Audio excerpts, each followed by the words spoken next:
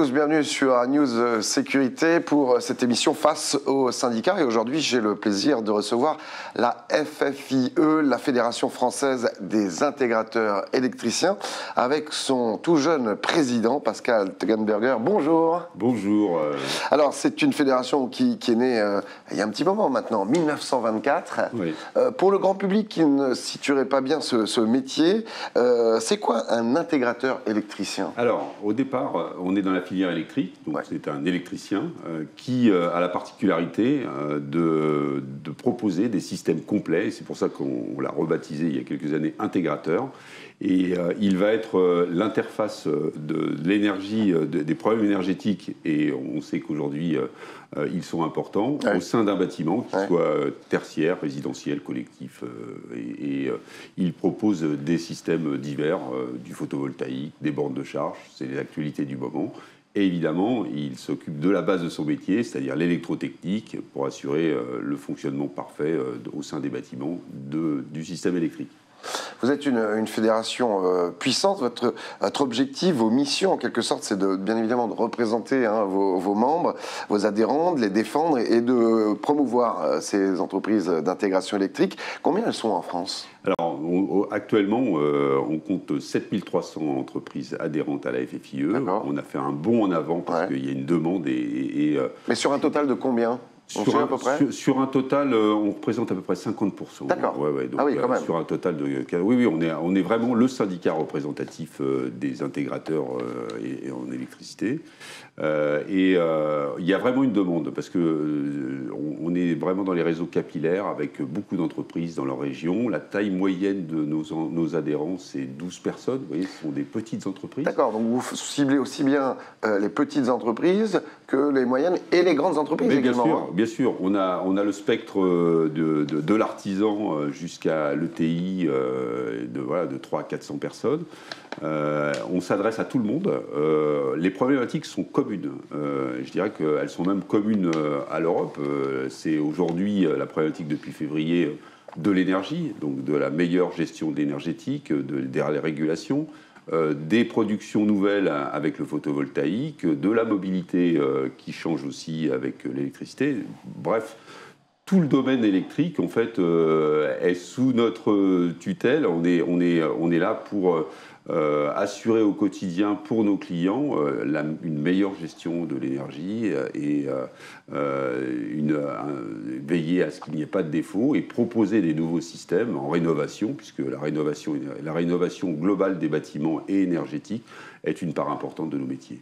Comment vous faites le maillage pour couvrir toute la France ? Alors, on a des délégués régionaux, des personnes qui, à travers le réseau un peu plus large des fédérations françaises de bâtiments, parce qu'on s'insère dans une démarche collective avec l'ensemble des entreprises qui couvrent la construction du bâtiment. On est partout en France, dans les DOM également, et donc nous avons également dans chaque département un représentant, un président départemental, qui assure le relais des actions que nous menons à Paris et qui permet de diffuser l'information et les thématiques avec un réseau de permanents dynamique à la FFIE à Paris. Et alors, en quoi la filière, justement, électrique impacte sur la sécurité, sûreté, que ce soit des entreprises ou autres ? Alors, on va bientôt le voir, parce que si, on l'espère pas trop longtemps, on est coupé dans quelques mois, il va falloir quand même que l'intégrateur électricien soit proche de son client pour assurer la continuité électrique, parce qu'il n'y a pas de sûreté sans électricité. Et nous, on est à la FFIE, nos intégrateurs s'occupent du domaine technique et électronique, en fait, de la sécurité, par rapport dans un monde de la sécurité globale. Sur les aspects cybersécurité, donc évidemment on essaie avec nos clients de vérifier que les systèmes mis en place ne permettent pas une intrusion extérieure et mettre en défaut la sécurité. Et toute la sécurité des biens et des personnes est couverte, mais là depuis plusieurs années, mais ça évolue beaucoup parce qu'il y a de nouvelles technologies radio avec des capteurs sur de nouvelles générations qui évitent le câblage et qui permettent de compléter toute la mesure et l'acquisition pour la sécurité des biens et des personnes. Vous pensez quoi, là, par exemple, à tout ce qui est vidéosurveillance? Vidéosurveillance, traitement d'images, ça a évolué beaucoup. Des détecteurs par exemple sur la chute. On a une activité, un développement très fort pour la silver economy, c'est-à-dire le maintien à domicile et les EHPAD. Et pour la sécurité des biens et des personnes pour des bâtiments tertiaires. On est aussi sur des nouvelles technologies, plutôt sur IP. Et donc, quand on est sur des réseaux informatiques, il y a d'autres problématiques de cybersécurité sur lesquelles on est très vigilant. D'accord. Alors, on va parler des 3 missions de la FFIE. La première, c'est de représenter les entreprises affiliées. Ça va, on le disait, une entreprise pour certaines artisanales, de petites PME ou de majors du secteur. Vous lisiez aussi il y a un instant, 7300 entreprises sont représentées par la FFIE. Ça fait quoi? 150 000 salariés, pas loin? À peu près 150 000 salariés. C'est ça, 17 milliards de chiffre d'affaires confondus pour l'ensemble de nos adhérents. Donc c'est énorme. On est, nous, à l'avant-poste, en fait, incubateur, je dirais, de nouvelles technologies et de nouvelles tendances. Alors les représenter, ça consiste en quoi?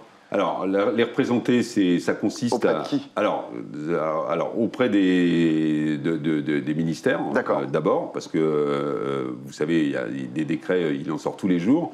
Donc on est vigilant et attentif à la parution des décrets et on travaille également avec les administrations pour pouvoir orienter, avec la connaissance de nos professions, les futures lois et règlements, les primes également, puisqu'il y a des incitations aussi qui sont faites par l'État pour les primes. Je prends par exemple les bornes de charge qui sont subventionnées à l'heure d'aujourd'hui. Donc on est là pour accompagner, en fait, être intermédiaire et accompagner nos clients dans l'obtention des aides financières pour qu'on puisse rapidement procéder à cette mutation de la mobilité. Les épauler, en quelque sorte, aussi. Les épauler, en quelque sorte, les conseiller, savoir lire une facture énergétique, parce qu'aujourd'hui, tout le monde s'interroge sur la facture énergétique, donc pouvoir mieux appréhender le kilowattheure, qui est une donnée qui n'était pas forcément essentielle avant février 2022, mais qui est devenue une denrée très rare et qu'il faut conserver et protéger. On va en parler d'ici quelques instants. Vous défendez également les intérêts de la profession, bien évidemment en ce qui concerne l'environnement national, mais aussi européen et international. Oui, bien sûr. On a une structure qui s'appelle Europe On, qui permet de faire du lobbying à Bruxelles. Évidemment, de voir de manière européenne, parce qu'aujourd'hui, on n'a plus de vision française, mais les certifications de produits sont européennes, et on doit s'insérer dans un schéma global, en fait, dicté par Bruxelles au départ, transposé sur des lois françaises, et donc on est attentif avec cette structure, en fait, à l'évolution, en fait, du cadre réglementaire. Il existe des équivalents de la FFIE dans les autres grands pays européens? Oui, bien sûr. Oui, mais peut-être dans certains pays, il y a plus de syndicats, c'est-à-dire qu'ils sont plus nombreux, donc peut-être un peu moins représentés. Peut-être il y a des pays comme l'Allemagne qui fonctionnent avec des landes et qui sont peut-être un peu plus morcelés. Nous, en France, alors bon, c'est historique, on a un syndicat, il y a également un syndicat qui s'appelle le CERS qui s'occupe des réseaux extérieurs. Et la CAPEB aussi, mais voilà, nous, la FFIE, on est le syndicat le plus important. La troisième mission, c'est promouvoir votre filière, c'est-à-dire communiquer, oui, alors... essayer de la faire mieux connaître finalement. Oui, il y a différents étages en fait pour promouvoir nos métiers. D'abord, c'est former. Attirer des jeunes. Parce que ça, c'est un problème actuellement? C'est un gros problème. On est dans toutes les disciplines de notre filière, en fait, en demande et de jeunes à tous les niveaux, en fait, que ce soit des ingénieurs pour les niveaux les plus élevés, aux techniciens d'intervention. On doit montrer aujourd'hui que nos métiers ont évolué, qu'ils sont technologiques, qu'on a besoin de personnel rompu à l'informatique, par exemple. Prenez simplement un exemple d'un convecteur électrique que vous installez chez vous. Aujourd'hui, il est communicant. Il doit se raccorder à votre box si vous voulez faire du pilotage. Donc, même au niveau de l'artisan, on doit pouvoir appréhender les aspects de communication. Et la promotion de nos métiers passe, évidemment, c'est important, parce que dans 10 ans, on n'aura plus personne pour réaliser l'installation de nos équipements. Donc, on doit vite compenser ce retard, parce qu'on a pris du retard dans le recrutement des jeunes, et mieux communiquer et montrer toutes les filières. En fait, on est des filières high-tech aujourd'hui, et on ne le dit pas assez, parce qu'on connaît des filières high-tech plutôt liées à l'informatique, mais nous, évidemment, on a de l'informatique appliquée, de la régulation, du contrôle, et on doit mieux attirer ces jeunes, en fait, pour les former donc, aux besoins de nos entreprises. Former également les personnels existants, enfin salariés dans l'entreprise. Donc là, on met en place à la FFIE des parcours de formation collectifs et après valoriser le couple, enfin l'entreprise et les métiers qu'elle rassemble auprès des clients et du grand public. On est dans une période, depuis quelques années maintenant, vraiment de mutation technologique. Ça a quoi comme conséquence justement sur votre filière ? Alors, avant, on était sur une filière très électrique, pas numérique. Et en quelques années, on a numérisé l'électricité. Et c'est plutôt bien pour ce qui nous arrive aujourd'hui, parce qu'on a besoin de mieux piloter les usages électriques, donner l'énergie au bon moment. Donner l'énergie selon des périodes tarifaires dont on dispose. Et donc la mutation a été assez forte. Alors on est avec les fabricants qui sont aussi regroupés donc au sein d'un syndicat qui s'appelle le JMELEC. Donc on travaille ensemble sur la meilleure connaissance des produits mis à disposition par les fabricants. Et pour celles qui veulent aller plus loin, c'est assurer également du développement informatique spécifique, de la maintenance, parce qu'on a une activité service de plus en plus forte dans nos métiers. On ne fait pas que de l'installation, on a derrière du service, parce qu'il faut maintenir les équipements. Et surtout aujourd'hui, ce qui est le plus important, c'est d'avoir une vision globale des équipements qu'on installe. C'est-à-dire que si un équipement est peut-être un peu plus cher qu'un autre, il faut voir et comparer si à horizon de 5 ans, on a réalisé des économies qui ont permis finalement de faire le bon choix. Alors ces mutations, ça bouleverse le panorama, mais il y a également l'actualité depuis quelques mois maintenant avec la guerre en Ukraine qui nous fait vivre une crise énergétique. Comment vous vous placez là-dessus ? Quels sont justement vos rapports à vos adhérents, à vos membres en ce qui concerne cette période qu'on va traverser avec l'hiver qui arrive, qui va être compliqué pour le particulier, mais pour les entreprises aussi. Oui. Alors nous, on constate une explosion de certains secteurs d'activité. Le photovoltaïque, par exemple. Les entreprises qui aujourd'hui réalisent du photovoltaïque pour compléter et produire localement de manière autonome leur énergie sont complètement saturées. Donc là, on a véritablement un rôle essentiel à jouer dans les mois qui viennent, c'est-à-dire à fluidifier les parcours de formation, attirer de nouvelles compétences en fait dans ces métiers, qualifier les entreprises sur ces domaines pour éviter les problèmes de mauvaise installation et de panne. Donc on sent véritablement une accélération depuis la crise de l'Ukraine autour de l'énergie. Et pour moi, ce qui était essentiel, c'est qu'un intégrateur électricien sache lire une facture énergétique, conseiller à son client des choix tarifaires différents, un pilotage différent. On sent beaucoup de demandes des entreprises auprès de leurs intégrateurs, justement, de conseils. Oui, bien sûr. Oui. Les réunions thématiques sur ces thèmes que nous organisons font ça le comble. Il y a véritablement une demande. On a aujourd'hui à peu près 15% de nos entreprises sur les 7300 qui sont déjà qualifiées pour l'installation de photovoltaïque. Mais le photovoltaïque, c'est un élément parmi d'autres dans la chaîne, dans le réseau électrique du bâtiment. Et l'intégrateur doit véritablement contrôler tous ces process en fait, pour éviter les dépassements, les pics et une facture énergétique trop salée. Comment vous avez réagi à la FFIE au plan de sobriété énergétique ? Bah écoutez, nous on est prêts à l'accompagner. Ouais. Vous l'avez trouvé suffisamment... Bah écoutez, il est grand public. Enfin, pour moi, il était peut-être dans la communication un peu grand public parce qu'on a beaucoup parlé de thermostat. Bon, c'est vrai que ça, à l'heure du 20h, on s'adresse au grand public. Mais au-delà de ça, en fait, je dirais qu'il y a déjà une politique qui est volontaire pour réduire à horizon 2030-2040 la production, enfin, la consommation d'énergie. Donc, vous avez le décret tertiaire. Le décret tertiaire, c'est quoi ? C'est un engagement à la fin de l'année 2022 pour les bâtiments de plus de 1000 m2 de s'inscrire sur une plateforme et de s'engager à réduire drastiquement la consommation électrique.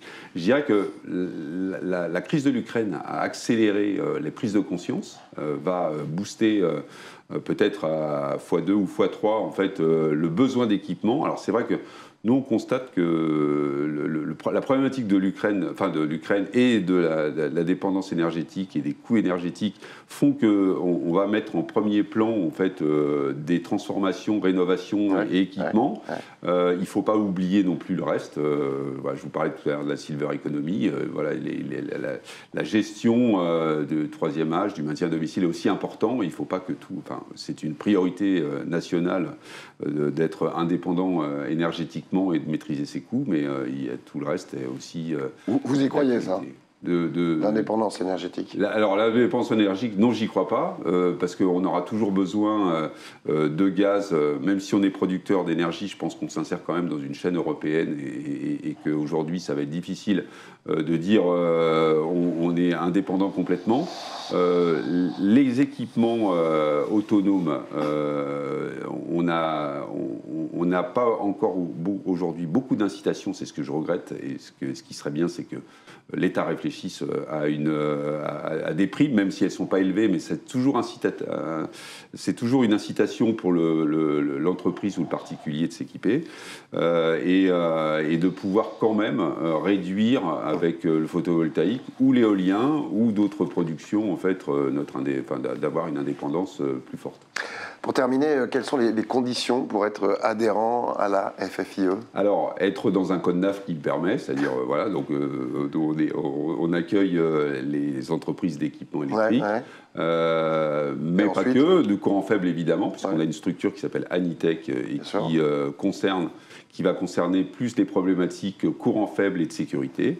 Et évidemment, on accueille tout le monde, on est très mobilisé. Et les conditions d'adhésion ? Les conditions d'adhésion, après, c'est une adhésion annuelle, en fait, qui passe par ce qu'on appelle, nous, les congés payés, qui permet d'adhérer et de suivre après, d'avoir un contact local, parce que si vous êtes à Limoges, vous allez être mis en relation tout de suite avec votre président de votre département et de votre région, d'avoir tout de suite de l'information, d'avoir l'accès à la bibliothèque, parce qu'on a on est un vieux syndicat, mais on a une base de connaissances propres importante. Bien sûr. Et d'avoir l'accès, évidemment, à toutes ces connaissances et les personnels motivés au sein de la FFIE.